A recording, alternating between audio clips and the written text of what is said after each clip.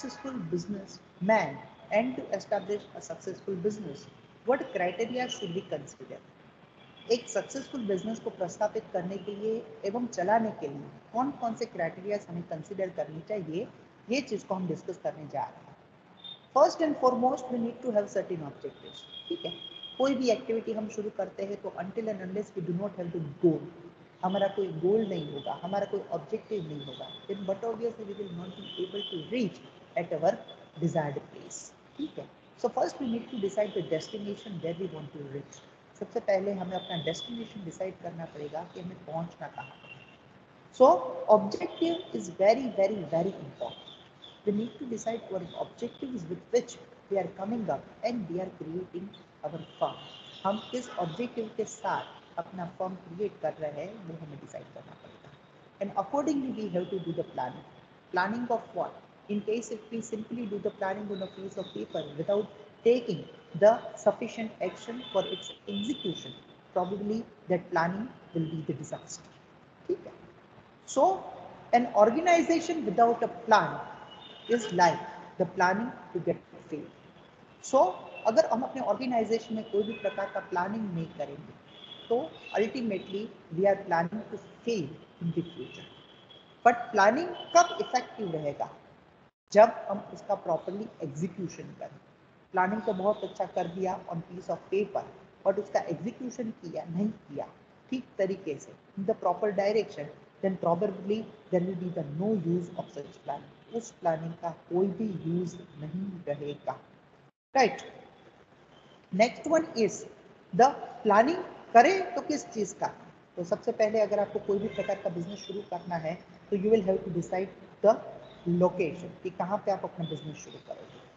तो location decide करने में काफ़ी सारे क्राइटेरियाज आपको ध्यान में रखने पड़ते हैं कि for example whether you will start the business at your ownership land और you will take the land on lease. कि आपको कहीं पे भी बिजनेस शुरू करना है तो आप अपना ऑनरशिप वाला लैंड परचेज करोगे या शॉप परचेज करोगे या इंडस्ट्री परचेज करोगे या आप उसको लीज पे लोगे, रेंट पे लोगे।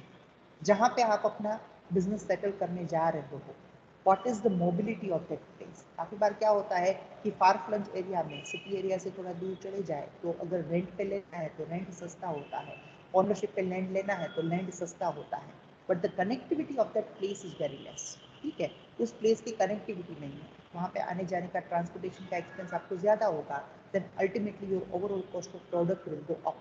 आपका जो ओवरऑल कॉस्ट ऑफ प्रोडक्ट है वो ज़्यादा रहेगा and your profit margin will be comparatively less in comparative to your competitors. आपके कॉम्पिटिटर्स के कंपेरिजन में आपका प्रॉफिट मार्जिन कम हो जाएगा एंड इट मे पॉसिबल कि आपके कॉम्पिटिटर से ज़्यादा प्राइस पे आपको अपना प्रोडक्ट बेचना पड़े because your cost of product is high. तो आपके प्रोडक्ट कोई परचेज नहीं करेगा, आपके कॉम्पिटिटर्स के आगे से परचेज करेगा। सो ये जो छोटे छोटे मुद्दे हैं कि प्लांट लोकेशन कहाँ पे हम अपना बिजनेस शुरू करें, उसकी मोबिलिटी क्या है, उसकी कनेक्टिविटी क्या है, वहाँ पे whether the water is available in the sufficient source, electricity वहाँ पे उपलब्ध है, तो ये सारे पहलू देखने के बाद हमें अपना लोकेशन डिसाइड करना चाहिए।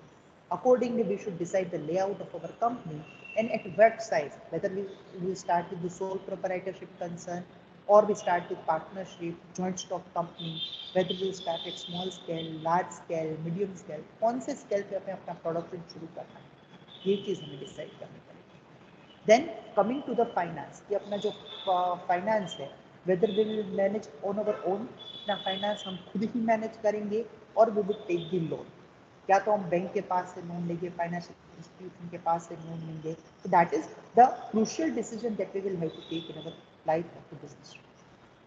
एफिशिएंट ऑर्गेनाइजेशन प्रस्थापित करना है तो एफिशिएंट ऑर्गेनाइजेशन के लिए क्या चीज़ें ज़रूरी है? तो एक तो मैनेजमेंट आपका अच्छा होना चाहिए, आपका जो मैनेजमेंट में जितने भी लोग हैं उनके बीच में कोऑर्डिनेशन होना चाहिए।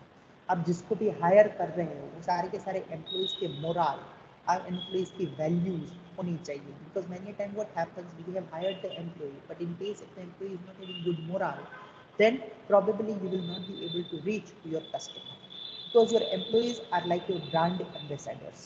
They are the front desk executives which are representing, who are representing your company, कि आपके employees हैं आपकी company को represent करते हैं।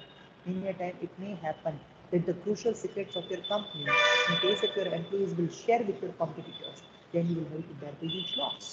कि आपके एम्प्लॉइज़ को आप सैलरी में सेटिस्फाई नहीं कर पा रहे हो, तो उसकी वजह से आपको एम्प्लॉइज़ अल्टरनेटिव इनकम के सोर्सेज आपकी कंपनी में खोजना शुरू कर देगा, और उसकी वजह से आपकी कंपनी के जो इम्पोर्टेंट सीक्रेट्स हैं वो अगर अपने कॉम्पिटिटर्स के साथ शेयर कर लेगा, then there will be a huge loss for you as well as for your company too.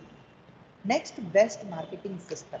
आपको कौन सा मार्केटिंग सिस्टम डेवलप करना चाहिए, कैसा मार्केटिंग सिस्टम डेवलप करना चाहिए, एडवर्टीजमेंट कैसे करना चाहिए, प्रमोशन कैसे करना चाहिए, अपने टारगेट कस्टमर को तक पहुंचने के लिए कौन सा सप्लाई चेन आपको, डिस्ट्रीब्यूशन सिस्टम और सप्लाई चेन मैनेजमेंट आपको अडॉप्ट करना चाहिए। तो ये all covers under the best marketing system. Innovations, that is also a very important part in the business. Let me give you the example for the same, for the Kinder's Joy. Kinder's Joy के बारे में आप सब aware हो. When Kinder's Joy entered into the market, at that time it wasn't a time like the other chocolates were not getting sold. जब Kinder's Joy market में enter हुआ, तब ऐसा बिल्कुल भी नहीं था कि बाकी सारी की सारी कंपनीज की चॉकलेट मार्केट में उपलब्ध नहीं थी.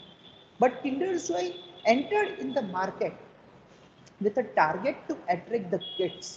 किड्स को अट्रैक्ट करने के ओनली एकमात्र पर्पज से किंडर्स जो मार्केट में एंटर हुआ था, and they did the packing of their product in such a manner कि that has attracted the kids like anything. उन्होंने अपना प्रोडक्ट का पैकेजिंग इस तरीके से किया कि उन्होंने मार्केट में किड्स को अट्रैक्ट, मतलब अच्छी से अच्छी तरीके से कर दिया कि they have divided the full product into two parts, where they kept the one, they have utilized the one part for the product and the another part for the toy.